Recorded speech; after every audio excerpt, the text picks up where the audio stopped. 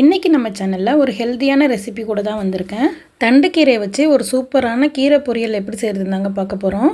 இந்த கீரை பொரியல் செய்கிறதுக்கு ரொம்ப ஈஸியாகவும் இருக்கும், அதே சமயம் டேஸ்ட்டும் அல்டிமேட்டாக இருக்குங்க. இந்த ரெசிபி எப்படி செய்யுதுன்னு பார்க்குறதுக்கு வாங்க வீடியோக்குள்ளே போகலாம். அஸ்ஸலாமு அலைக்கும், வெல்கம் டு ஹிராஸ் சமையல்.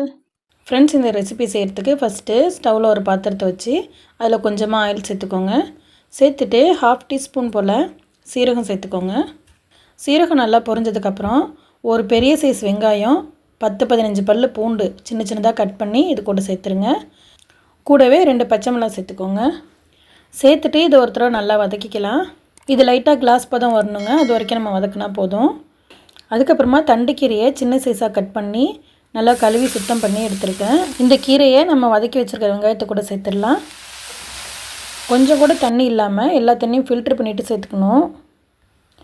ஏன்னா கீரையிலே ஆல்ரெடி தண்ணி விடும், அது வெந்துக்கிட்டு இருக்கும் போது அதுவாகவே தண்ணி விடும். அதனால் நம்ம தண்ணி எதுவும் சேர்க்க வேணாம். இது வேகிறதுக்கு ஒரு 5 நிமிஷம் ஆகுங்க. அதுக்குள்ளே நீங்கள் நம்ம சேனலுக்கு புதுசுனா ஹிராஸ் சமையல் சேனலை சப்ஸ்கிரைப் பண்ணிக்கோங்க. பக்கத்தில் இருக்கிற பெல் பட்டனையும் கிளிக் பண்ணிக்கோங்க. அப்போ தான் நான் போடுற யூஸ்ஃபுல்லான வீடியோஸ் உங்களுக்கு உடனுக்குடன் நோட்டிஃபிகேஷனில் வரும். இப்போ பாருங்கள், நம்ம தண்ணி எதுவும் சேர்க்கலை, ஆனால் தண்ணியோட அந்த கீரை கொதிச்சுக்கிட்டு இருக்கிறத பாருங்கள். இப்போது இந்த தண்ணி நல்லா வத்துற வரைக்கும் நம்ம இதை நல்லா வதக்கி விட்டுக்கலாம். ஃப்ரெண்ட்ஸ், நம்ம இன்னும் கீரைக்கு உப்பு சேர்க்கலை. இது நல்லா இன்னும் வதங்கி வந்ததுக்கப்புறமா நம்ம உப்பு சேர்க்க போகிறோம். பொதுவாகவே கீரைகளில் அதிக அளவு நார் சத்து இருக்குது. குறிப்பாக இந்த தண்டுக்கீரை கல்லீரல் பிரச்சனையை சரிப்படுத்துதுங்க. அது மட்டும் இல்லாமல் அல்சர் ப்ராப்ளத்தையும் சரிப்படுத்துது.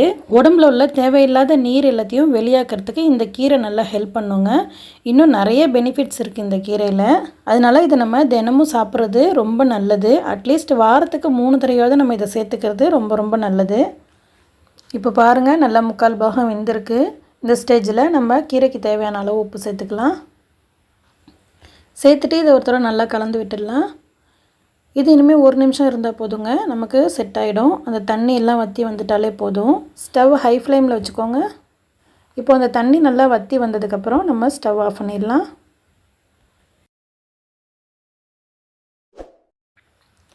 இப்போது தண்ணி எல்லாம் நல்லா வற்றி வந்துருச்சுங்க. இப்போ நம்ம ஸ்டவ் ஆஃப் பண்ணிடலாம். அவ்வளோதாங்க, நமக்கு கீரை பொரியல் தயாராகிடுச்சு.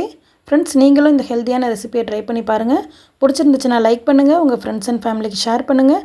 நம்ம ஹிராஸ் சமையல் சேனலை சப்ஸ்கிரைப் பண்ணிக்கோங்க. தேங்க்ஸ் ஃபார் வாட்சிங்.